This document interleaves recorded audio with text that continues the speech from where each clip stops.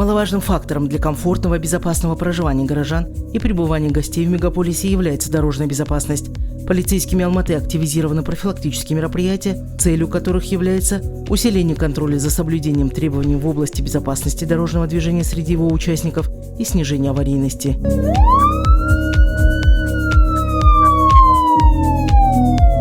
Альтернативные виды транспорта, в том числе самокаты, по-прежнему популярны среди горожан. Только по самым скромным подсчетам, их по дорогам Алматы курсируют свыше 50 тысяч единиц. Соответственно, возросла аварийность.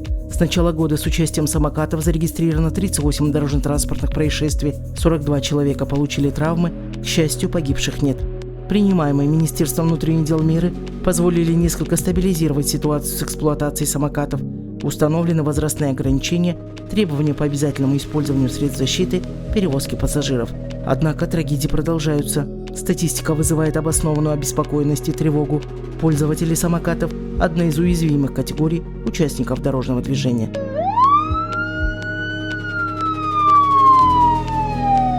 В то же время полиция Алматы усилена работа по выявлению нарушений ПДД лицами, управляющими альтернативными видами транспорта.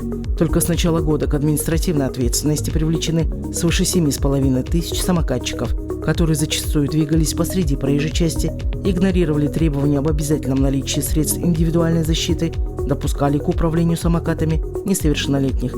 Я убедительно прошу соблюдать правила дорожного движения. Родителям надо осознавать полную ответственность за безопасность своего ребенка. Не проявляйте преступное безразличие. Защитите свое чадо. На своем примере научите соблюдать закон.